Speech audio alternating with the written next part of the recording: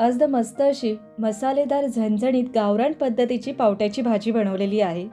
गरमागरम भातासोबत भाकरीसोबत ही भाजी खायला खूप छान लागते। हिवाळ्यामध्ये ना मस्त अशा ताज्या भाज्या मार्केटमध्ये आलेल्या आहेत। घेवडा, पावटा, ताजे हिरवे वाटाणे, गाजर, कोथिंबीर अशा भरपूर प्रमाणामध्ये या भाज्या उपलब्ध असतात। आमच्याकडे पावट्याची भाजीच नाही तर पावट्याचं पिठलं देखील बनवतात, पण आज आपण वांग बटाटा टाकून मस्त अशी गावरान पद्धतीची रस्सेदार पावट्याची भाजी बनवणार आहोत। त्याआधी आपल्याला एक वाटण तयार करायचं आहे। यासाठी इथे कांदा घेतलेला आहे। कांदा आपल्याला ठेचून घ्यायचा आहे। कांदा आपल्याला छान भाजून घ्यायचा आहे। कांदा आतपर्यंत छान भाजला जावा ना यासाठी हा कांदा मी ठेचून घेतलेला आहे। कांद्यासोबतच पाव वाटी मी सुकं खोबऱ्याची घेतलेली आहे आणि सुकं खोबरं देखील कांद्यासोबत मी भाजून घेत आहे। गावी ना कांदा आणि खोबरं डायरेक्ट चुलीमध्ये भाजलं जातं, त्यामुळे या वाटणाची जी चव आहे ना भाजीमध्ये खूप छान उतरते। आपण कांदा छान भाजून घेतलेला आहे आणि सुकं खोबऱ्याचे देखील बारीक तुकडे करून घेतलेले आहेत। 12 ते 15 लसूण पाकळ्या घ्यायच्या आहेत आणि थोडी कोथिंबीर घ्यायची आहे। आता हे कांदा खोबऱ्याचं वाटण ना कमी पाणी घालून आपल्याला छान बारीक वाटून घ्यायचं आहे।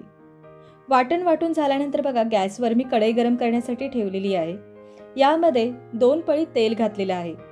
तेल छान गरम करून घ्यायचं आहे। त्यानंतर आपण जे वाटून घेतलेलं वाटण आहे ना ते छान तेलामध्ये परतून घ्यायचं आहे। ही झणझणीत मसालेदार भाजी बनवण्यासाठी इथे मी थोडं तेलाचा जास्त वापर केलेला आहे। या तेलामध्ये ना आपण जे वाटण तयार करून घेतलेलं आहे ते 1 ते 2 मिनिटं वाटण परतून घ्यायचं आहे। वाटणाला थोडं तेल सुटू लागलं की यामध्ये आपल्याला पावडर मसाले घालायचे आहेत। एक छोटा चमचा इथे मी लाल तिखट घेतलेला आहे। अर्धा छोटा चमचा कांदा लसूण मसाला घेतलेला आहे आणि 1 चमचा इथे मी गोडा मसाला घेतलेला आहे। तुम्ही गोडा मसाल्याच्या ऐवजी काळा मसाला किंवा गरम मसाला देखील घेऊ शकता। मसाले घातल्यानंतर आपल्याला यामध्ये थोडं पाणी घालायचं आहे आणि हे वाटण ना अगदी 1-2 मिनिटं छान शिजवून घ्यायचं आहे। वाटणाला एक हलकी अशी उकळी आल्यानंतर यामध्ये आपण जे सोलून घेतलेले पावट्याचे दाणे आहेत ना ते घातलेले आहेत। 1 वाटी भरून हे पावट्याचे दाणे आहेत मसाल्यामध्ये ना छान परतून घेत आहे। आपण ही पावट्याची भाजी वांग बटाटा घालून करत आहोत। काही जण यामध्ये शेवग्याची शेंग देखील घालतात, ती देखील यामध्ये छान लागते, पण आज मी फक्त वांग आणि बटाटा घालून करत आहे। बटाट्याच्या अशा मध्यम आकाराच्या फोडी करून घेतलेल्या आहेत। बटाटा घातल्यानंतर ही पुन्हा भाजी एकदा मिक्स करून घ्यायची आहे आणि तर यामध्ये आपल्याला गरजेनुसार पाणी घालायचं आहे। इथे मी साधं पाणी न घालता थोडं कोमट गरम करून घेतलेलं पाणी आहे ते घालत आहे। बटाटा थोडा 60-70% शिजला की त्यानंतरच यामध्ये मी वांगी घालणार आहे। जी वांगी मी घेतलेली आहेत ती लगेचच शिजतात। आत्ता जर वांगी बटाट्यासोबतच शिजवली तर ती पूर्ण गळून जातील, म्हणून मी थोडं बटाटा आधी शिजवून घेणार आहे आणि हलकासा बटाटा शिजला की त्यानंतर मी यामध्ये वांगी घालणार आहे। आता भांड्यावर आपल्याला झाकण ठेवायचं आहे आणि 4 ते 5 मिनिटं ही भाजी थोडी शिजवून घ्यायची आहे। 4 ते 5 मिनिटांनंतर या भाजीचा रंग बघा, मस्त असा भाजीला रंग आलेला आहे आणि तरी देखील आलेली आहे। आता यानंतर आपण ना वांगी घालायची आहेत।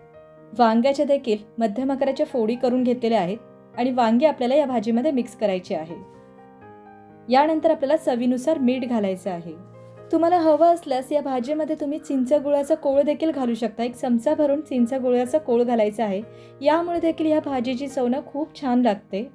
मीठ घातल्यानंतर आपण पुन्हा एकदा ही भाजी व्यवस्थित मिक्स करून घेतली आहे आणि यावर आता आपल्याला झाकण ठेवायचं आहे आणि थोडा वेळ ही भाजी शिजवून घ्यायची आहे।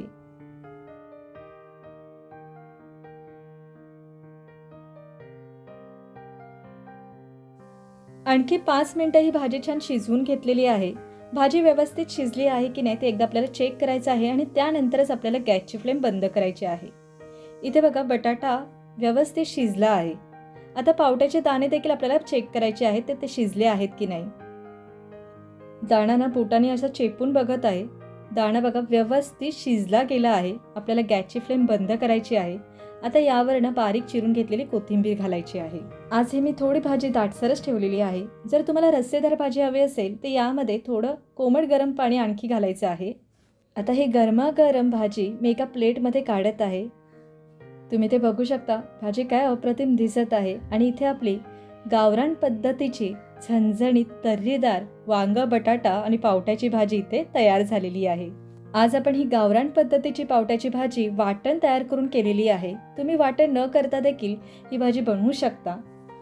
बिना वाटणाची देखील ही भाजी खायला खूप छान लागते. तर तुम्हाला माझी आजची ही रेसिपी कशी वाटली हे मला नक्की कमेंट्सद्वारे कळवा आणि अशाच नवनवीन आणि पारंपरिक रेसिपी बघण्यासाठी मराठी मसाला मॅजिक या चॅनलला सबस्क्राईब करा. नमस्कार.